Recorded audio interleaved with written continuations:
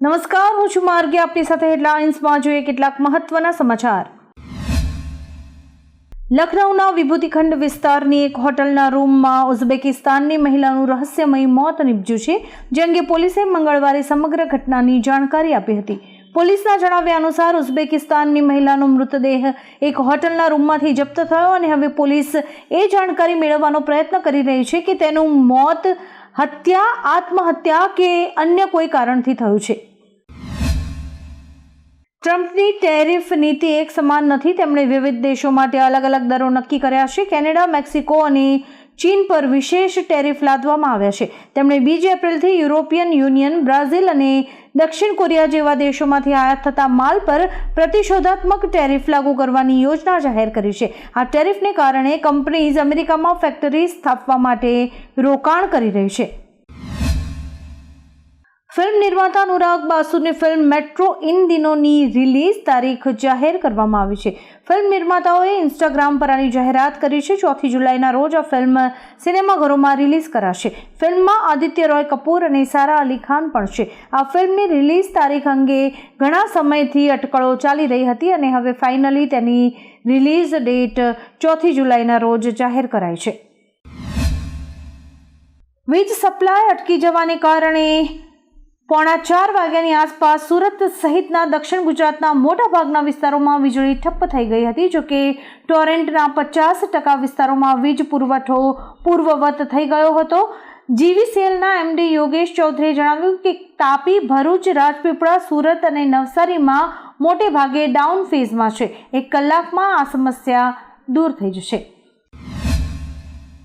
હાર્દિકે champions trophy સાથેની પોતાની એક તસવીર ઇન્સ્ટાગ્રામ પર શેર કરી હતી. તેની પોસ્ટ પર ચાહકો તરફથી જબરજસ્ત પ્રતિસાદ મળ્યો છે, જ્યાં તેને માત્ર 6 જ મિનિટમાં 10 લાખ લાઇક્સ મળી છે.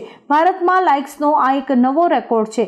ખાસ વાત એ છે કે આ મામલે તેણે સોશિયલ મીડિયાના બાદશાહ વિરાટ કોહલીને પણ પાછળ છોડી દીધો છે. હાર્દિકે 1 મહિનામાં 14.1 લાખ નવા ઇન્સ્ટાગ્રામ ફોલોઅર્સ મેળવ્યા છે.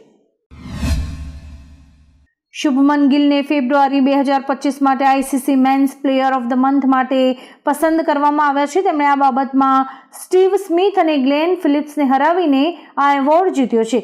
શુભમન ગિલને આઈસીસી દ્વારા 3જી વખત આ એવોર્ડ માટે પસંદ કરાયો છે. જો આપણે ફેબ્રુઆરી મહિનાની વાત કરીએ તો શુભમન ગિલે આ સમયગાળા દરમિયાન 406 રન બનાવ્યા હતા.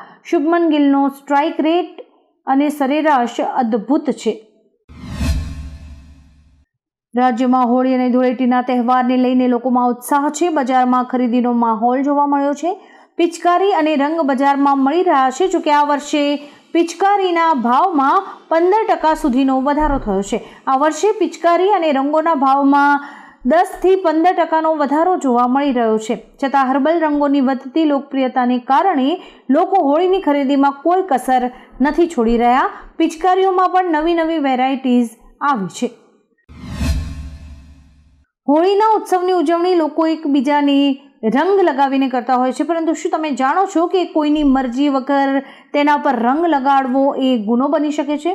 જી હા, જામનગર અધિક જિલ્લા મેજિસ્ટ્રેટ BN ખેર દ્વારા જાહેર કરાયેલા જાહેરનામા અનુસાર કોઈ પણ વ્યક્તિની ઈચ્છા વિરુદ્ધ તેના પર રંગ છાંટવો નહીં. જો તેની ઈચ્છા ન હોય તો કોઈ પણ વ્યક્તિ તેની ઉપર કલર ઉડાડી નહીં શકે. આવું કરવા પર 1 વર્ષ સુધીની સજા થઈ શકે છે. સુરતના પલસાણામાં મિત્રએ જ મિત્રની હત્યા કરી હોવાની એક ઘટના સામે આવી છે. પલસાણામાં એક લગ્ન પ્રસંગની ઉજવણીમાં હત્યા જેવો ગંભીર બનાવ બન્યો હતો, જેમાં લગ્નમાં ડીજેના તાલે નાચવા બાબતે 2 જૂથો વચ્ચે બબાલ થતા 2 જૂથના યુવાનો હાથાપાઈ પર ઉતરી આવ્યા હતા અને આક્રોશમાં આવીને એક યુવાને પોતાના જ મિત્રને છરીના ઘા ઝીકી દીધા હતા. છરી વાગતા યુવકનું ઘટના સ્થળે જ મોત નીપજ્યું હતું. બલુચ લિબરેશન આર્મીએ પાકિસ્તાનમાં જાફર એક્સપ્રેસ ટ્રેનના હાઈજેકનો વિડીયો જાહેર કર્યો છે.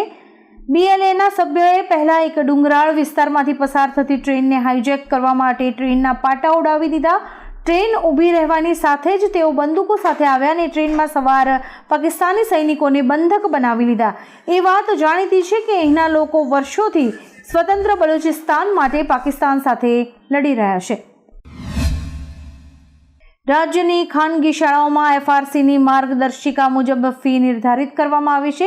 શિક્ષણ મંત્રી ડોક્ટર ડિંડોર અમદાવાદની આલ્ફા ઇન્ટરનેશનલ સ્કૂલ દ્વારા FRC સમિતિ સમક્ષ ધોરણ 1 થી 3માં 1.4 લાખ ફી નિયત કરવામાં આવી હતી, જે સમિતિ દ્વારા ઘટાડીને માત્ર 36,000 કરવામાં આવી છે. ધોરણ 4 થી 6માં 41,000, ધોરણ 7 થી 8માં 42,000 અને ધોરણ 9 થી 10માં 45,000 રૂપિયાની ફી નક્કી કરાઈ છે.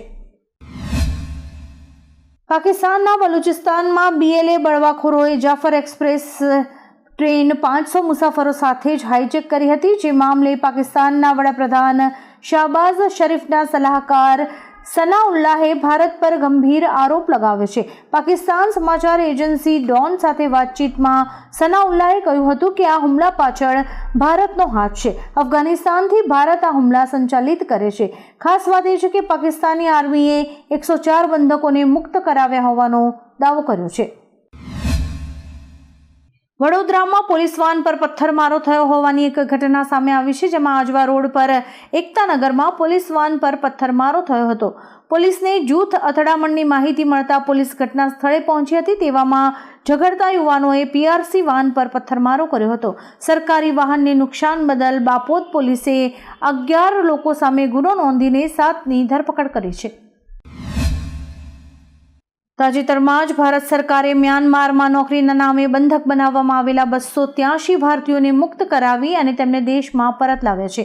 આ ઘટનાએ વિદેશમાં રોજગારીની શોધમાં જતા લોકો માટે એક મોટી ચેતવણી સમાન છે. આ લોકોને થાઈલેન્ડ મ્યાનમાર સરહદ પાસે સ્થિત સાયબર ફ્રોડ કેન્દ્રોમાં ગેરકાયદેસર રીતે રખાયા હતા અને તેમની પાસે અપરાધિક પ્રવૃત્તિઓ કરાવવામાં આવી રહી હતી.